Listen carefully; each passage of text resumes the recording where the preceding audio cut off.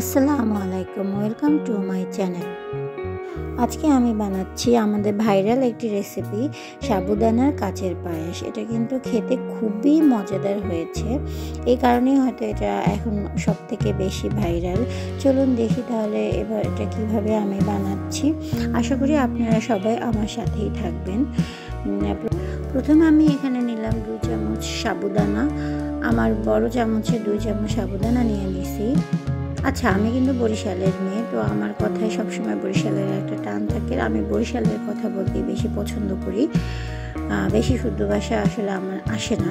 তো যাই হোক, আমি এখানে আমার 2-3 চামচ সাবুদানা নিয়ে নিছি আমার ফ্যামিলির মেম্বারের পরিমাণ মতো। এখানে আমি সামান্য একটু পানি দিয়ে নিছি এবং সাবুদানাটা আগে আমি বেশ ভালো করে ধুয়ে নিয়েছি। এবার সামান্য পানি দিয়ে আমি এটাকে বেশ কিছুক্ষণ ভিজিয়ে রেখেছি। ভিজিয়ে রাখলে সাবুদানাটা অনেকটা ট্রান্সপারেন্ট হয়ে যায় এবং সাবুদানা সিদ্ধ হতে সময় অনেক কম লাগে। পানিটা আমি বেশ ভালো করে সাবুর সাথে মিক্স করে নিলাম। মিক্স করে বেশ কিছুক্ষণ ঢেকে রেখেছি। এরপরে 10 থেকে 15 মিনিট ঢেকে রাখার পরে আমি এখানে দিয়ে দিলাম 1/2 চামচ চিনি এবং 1 চামচ গুঁড়ো দুধ এবং চিনি দিলে এটার স্বাদ আরও বেড়ে যায়। তাই আমি এখানে গুঁড়ো দুধ আর চিনি দিয়ে আবার এটাকে ভালো করে মিক্স করে নিচ্ছি। হ্যাঁ, এটাকে খুব ভালো করে মিক্স করতে হবে যেন কোনো লাম্পস না থাকে। এটার ভিতরে দুধ এবং সাবুদানা একদম সমানে মেশাতে হবে।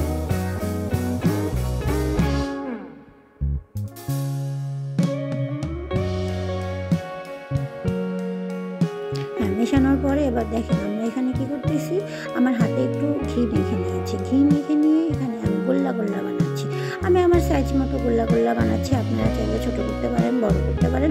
আমি একটু বেশি ছোটো করে ফেলেছি। এখানে আর একটু বড় করলে হয়তো বেশি সুন্দর দেখা যেত, কিন্তু আমার কাছে ছোটোই বেশি ভালো লাগে।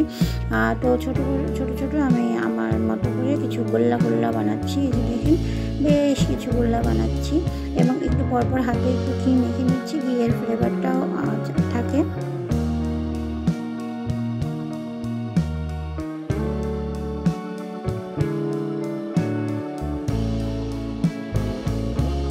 বানাচ্ছি।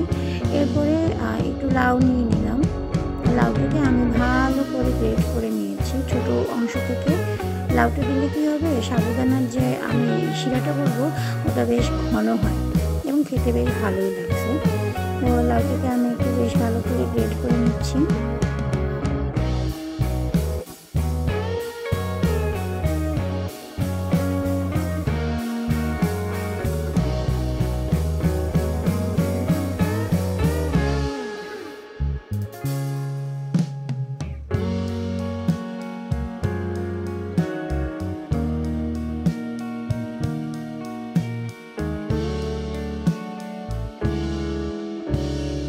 গ্রেট করে নেওয়ার পরে এবারে এই যে আমি বাটিতে ঢেলে নিলাম। এই হচ্ছে একপাশে আমার লাউ আর একপাশে আমার সাবুদানার গোল্লা।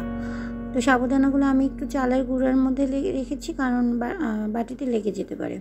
তো এরপরে আমি আমার চুলায় চলে আসলাম। দিয়ে দিলাম 1 চামচ ঘি। ঘিটা গরম করে নিচ্ছি।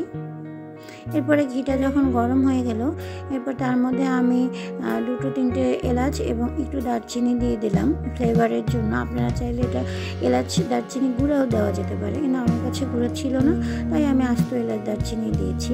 এরপরে এটাকে একটু ভাজা করে নেব। ভাজা করে দারচিনি এলাচটা ভালো করে ভেজে এর মধ্যে আমি লাউ কুচানো যে রেখেছিলাম কুচিয়ে, সেটা আমি ঘিয়ের মধ্যে ঢেলে দিলাম। এরপরে অল্প আছে এটাকে আমি বেশ কিছুক্ষণ ধরে ভাজতে থাকবো, কারণ লাউটা তো সিদ্ধ হতে হবে। বেশ কিছুক্ষণ ধরে যে দেখেন আমি আস্তে করে ভাজতেছি।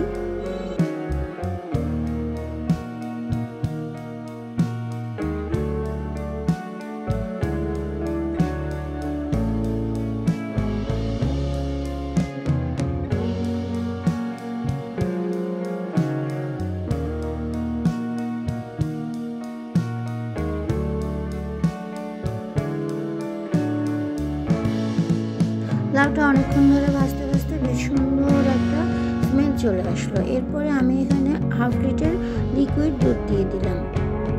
দুধটা আমি জাল করে নিইনি, কাঁচা দুধটাই দিয়ে দিলাম।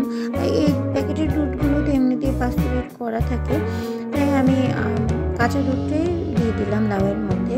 দিয়ে এবার লাউ এবং দুধটা খুব ভালো করে মিক্স করে নেব। মিক্স করে এটাকে আমি বেশ কিছুক্ষণ অল্প আঁচে ঢেকে রাখবো লাউটাকে সিদ্ধ করার জন্য।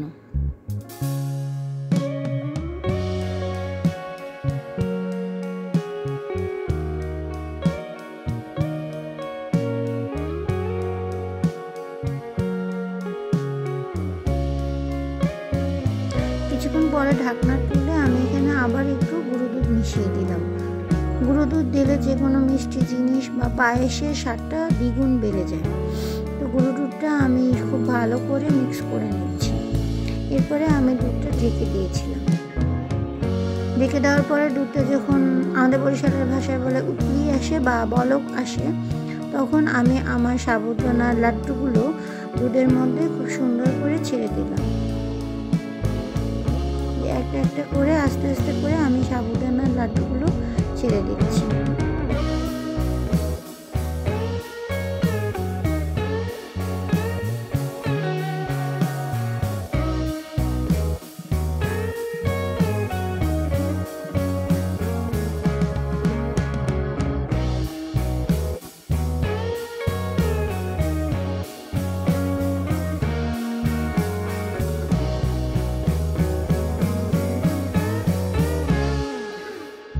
এবার আমি জালটা কমিয়ে দিয়ে বেশ কিছুক্ষণ ঢেকে রাখলাম। রেখে এবারে একটু চেক করে দেখবো যে হয়েছে কিনা। তার মধ্যে আমি আবার 2 চামচ না 3 চামচ আমি এখানে চিনি দিয়ে দিছি। চিনি দেওয়ার পরে আমি এটাকে ভালো করে নেড়ে আবার কিন্তু ঢেকে রাখছি। মাঝখানে আমি আবার সাবুদানার লাড্ডুটা তুলে দেখছি যে হয়েছে কিনা। তো দেখলাম যে না, এটা এখনও ট্রান্সপারেন্ট হয় নাই, তাই আমি আবার এটাকে একদম জাল কমিয়ে ঢেকে রেখেছিলাম।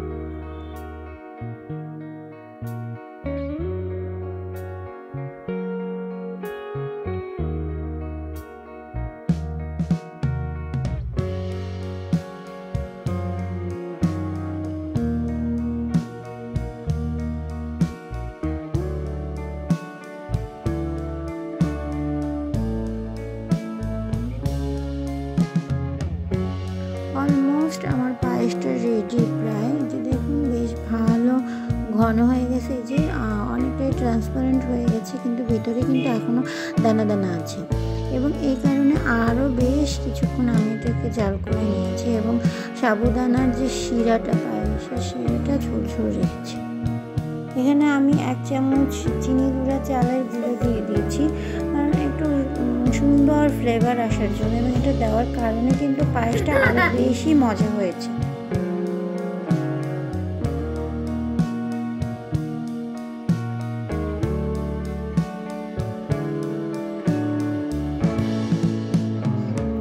তো এই যে আমার অলমোস্ট সাবুদানার পায়েস রেডি। কিন্তু আমার মনে হলো যে আমার আরেকটু সাবুদানার গোল্লাটা একটু সিদ্ধ হতে হবে। তো এই কারণে আমি কুসুম গরম পানির মধ্যে 2 চামচ গুঁড়ো দুধ দিয়ে আবার পায়েসের মধ্যে দিয়ে দিলাম। দিয়ে কিছুক্ষণ ঢেকে রেখেছিলাম।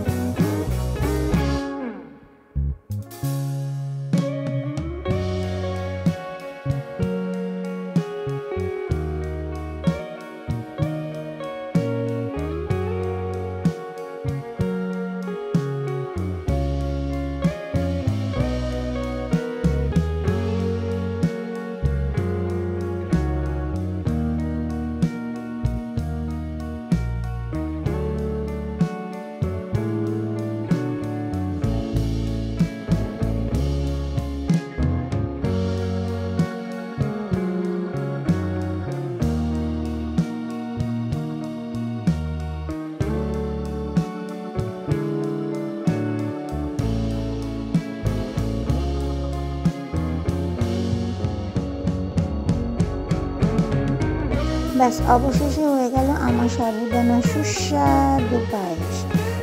অনেক মজার এই পায়েসটা। আশা করি আপনারা সকলে এটা ট্রাই করে দেখবেন। আসলেই অনেক মজা। লাস্টে কিন্তু আমি আবার এর মধ্যে 1 চামচ ঘি দিয়ে দিয়েছি। যে দেখুন লাড্ডুগুলো খুবই সুন্দর হয়েছে। মজার কিন্তু পায়েসটা হয়েছে। আর অবশ্যই আপনারা বাসায় সবাই ট্রাই করবেন।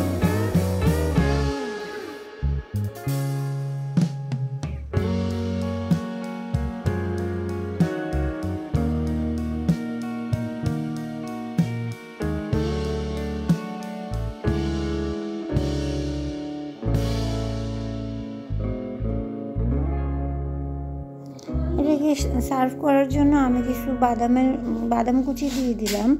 বাদাম বা কাজু বাদাম, যে বাদাম থাকে, আমার কাছে কাঠবাদাম ছিল তাই আমি কাঠবাদাম কুচি এখানে দিয়ে দিয়েছি এবং এটা আরও বেশি মজা লেগেছে। তো আল্লাহ হাফেজ, খোদা হাফেজ, সবাই ভালো থাকবেন এবং আশা করি আমার রেসিপিটা সবার ভালো লেগেছে।